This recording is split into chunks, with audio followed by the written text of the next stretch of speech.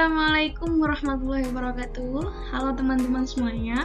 Perkenalkan, nama saya Lu'lu Nafisah dengan NIM 190125 dari Pendidikan Guru Sekolah Dasar. Halo anak-anak semuanya. Jadi kita hari ini akan membahas tentang alat-alat optik. Oke, baik. Selanjutnya, apa itu alat optik?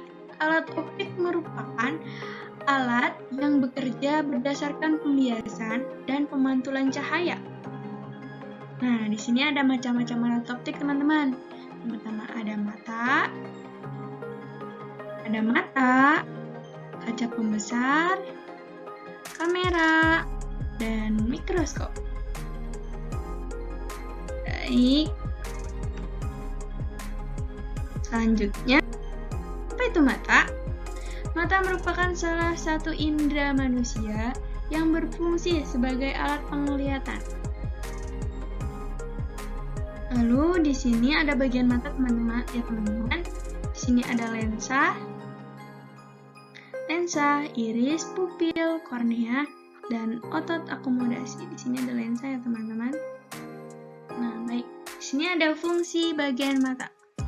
Lensa itu berfungsi untuk membentuk bayangan pada retina, iris itu untuk mengatur besar kecilnya pupil, dan pupil mengatur banyaknya cahaya yang masuk ke dalam bola mata. Kornea itu melindungi mata dan membantu terjadinya pembiasan pada lensa mata. Nah, otot akomodasi itu berfungsi untuk menarik dan mendorong lensa sehingga mata dapat menebal dan menipis. Nah, selanjutnya di sini ada jenis-jenis cacat mata, teman-teman. Ada 2 jenis cacat mata. Yang pertama ada miopi dan yang kedua ada hipermetropi. Nah, miopi ini biasa disebut dengan mata minus dan hipermetropi disebut dengan mata plus. Miopi itu rabun jauh yang dapat melihat benda dengan jelas dalam jarak 25 cm. Jadi kalau lebih dari 25 cm, itu mereka tidak akan bisa jelas melihatnya. Jadi sedikit muram seperti itu, tergantung tingkatan dari miopinya itu. Lalu di sini ini hipermetropi. Hipermetropi adalah rabun dekat, kelainan yang mata kalau misalkan ngelihat itu kalau dari dekat itu nggak kelihatan, jadi dia harus dari jauh, teman-teman, gitu. Jadi kebalikan dari miopi. Oke, selanjutnya di sini ada yang bagian kedua, yaitu kamera. Nah, cara kerja kamera hampir sama dengan cara kerja mata, yakni cahaya masuk, difokuskan oleh lensa, dan kemudian ditangkap oleh retina yang merupakan sensor pada mata. Nah, di sini ada bagian kamera ya, teman-teman. Yang pertama ada aperture di sini, diafragma, lensa, rangefinder, dan film. Di sini ada belakangnya ada film. Dan selanjutnya ada fungsi bagian kamera. Nah, kamera ada lensa, bayangan, dan aperture. Lensa itu membentuk bayangan pada film. Dan bayangan yang terbentuk bersifat nyata, terbalik, dan diperkecil. Aperture itu mengatur banyaknya cahaya yang masuk ke dalam kamera. Nah, selanjutnya di sini ada yang ketiga, yaitu kaca pembesar atau loop. Nah, kaca pembesar itu kaca pembesar merupakan alat optik yang sederhana. Kaca pada loop itu menggunakan kaca lensa cembung. Nah, di sini ada fungsi loop ya, teman-teman. Nah, udah tahu kan loop kayak gimana? Nih, kayak gini ya, teman-teman, contohnya. Loop itu biasa berfungsi untuk melihat benda-benda kecil ya, teman-teman. Oke, baik, selanjutnya yang keempat, itu ada mikroskop.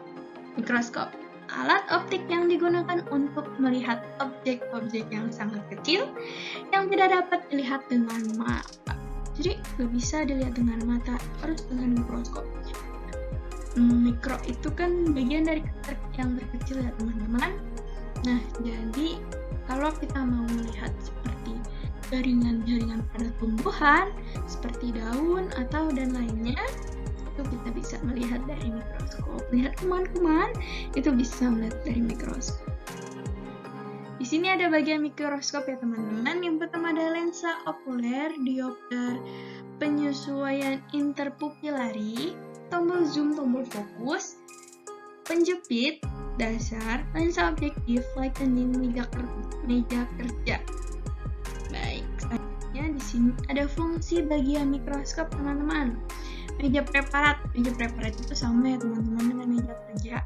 Nah, di sini untuk melakukan meletakkan objek yang akan dilihat. Jadi kita meletakkan, misalkan kita akan meneliti daun. Nah, kita akan meletakkan daun tersebut di meja preparat.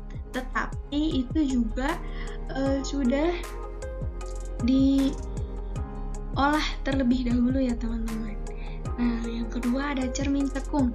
Cermin tekung itu berfungsi untuk mengumpulkan cahaya yang diperlukan untuk menerangi objek yang akan dilihat.